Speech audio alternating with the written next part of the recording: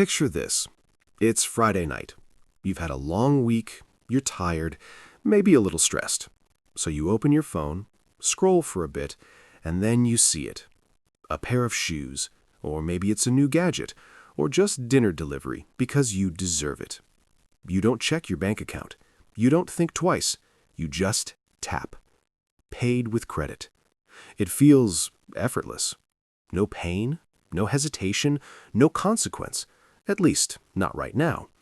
And in that moment, you feel in control. But here's the problem. That exact moment is where most people lose control of their finances. Look, we've all heard the same advice. Use credit cards responsibly. Build your credit score. Earn rewards. And sure, on the surface, that sounds smart. But here's the thing no one tells you.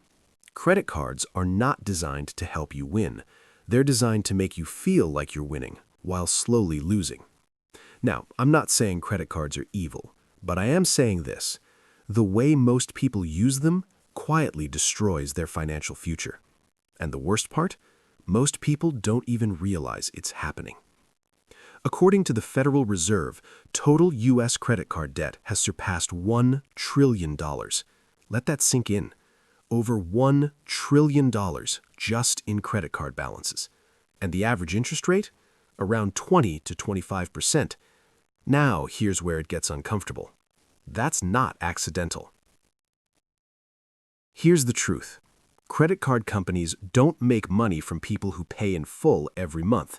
They make money from people who almost pay in full.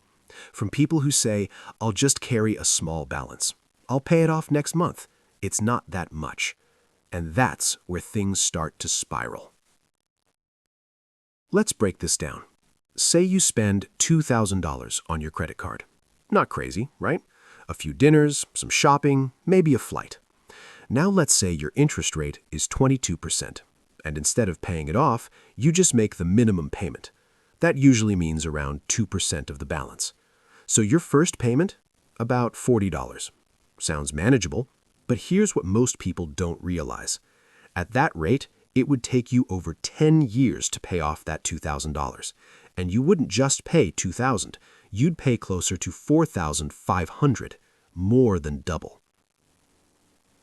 Now here's where it gets really interesting, because this isn't just about math, it's about how your brain works. When you pay with cash, your brain registers pain, actual, measurable discomfort. But when you use a credit card, that pain disappears. Researchers from MIT found that people are willing to spend up to 100% more when using credit instead of cash. Think about that. Double. Not because things are cheaper, but because it feels cheaper.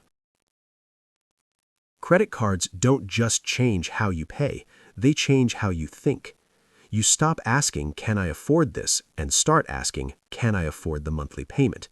And those are two completely different questions. Using a credit card is like eating junk food. In the moment, it feels amazing, easy, convenient, but over time, it slowly damages your health. Except in this case, it's your financial health. Now, maybe you're thinking, okay, but I pay my card off every month. I'm good. And hey, that's better than most people. But here's where it gets uncomfortable again. Even if you never pay interest, you might still be losing.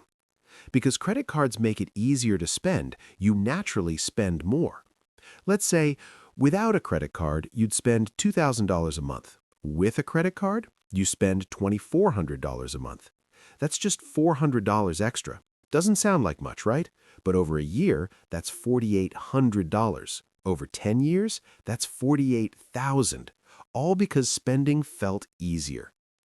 Here's the scary part. You don't feel that increase. It happens quietly, gradually, until one day, your normal lifestyle is way more expensive than it should be. Let me tell you about someone, let's call him Alex. Alex got his first credit card at 22. He was responsible, paid it off every month, built a great credit score. Everything looked perfect. But slowly, he started upgrading things. Better phone, better clothes, more eating out. Nothing extreme, just slightly better. Fast forward 5 years, Alex makes good money, but somehow he's still living paycheck to paycheck. No savings, no investments, just maintaining a lifestyle that quietly grew out of control. Because the biggest danger of credit cards isn't the interest, it's the illusion. The illusion that you're doing fine when you're actually stuck. Now, you might be thinking, but what about rewards, cashback, points? And yeah, those are real. But let's be honest, getting 2% cash back while spending 20% more is not a win. It's a trade-off, and usually a bad one. Credit card companies understand human psychology better than most people understand themselves.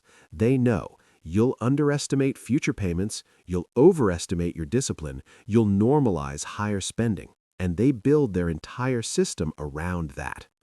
So the question isn't, are credit cards bad? The real question is, are you using them or are they using you? All right, so what do you actually do about this? Here's where we get practical. 1. Create friction. Make spending harder, not easier. Remove saved cards from apps. Don't use one-click payments. Force yourself to think before buying. 2. Use a 48-hour rule. Want something? Wait 48 hours. If you still want it, then decide. Most impulses disappear. 3. Track every dollar. Not roughly, not in your head. Actually track it, because awareness equals control. 4. Set a hard spending limit. Not your credit limit, your own limit, way lower. And 5. Ask the right question before every purchase. Ask, would I buy this if I had to pay cash right now? If the answer is no, that's your answer. Look, credit cards are powerful tools, but so is fire. Used correctly, helpful. Used carelessly, destructive. And right now, most people are playing with financial fire without even realizing it. So here's the takeaway. The dark side of credit cards isn't obvious. That's what makes it dangerous. It's subtle, quiet, invisible, until one day it's not. And by then, it's already cost you years of financial progress. So the next time you reach for your credit card, pause, because that small decision might not just cost you money, it might cost you your future.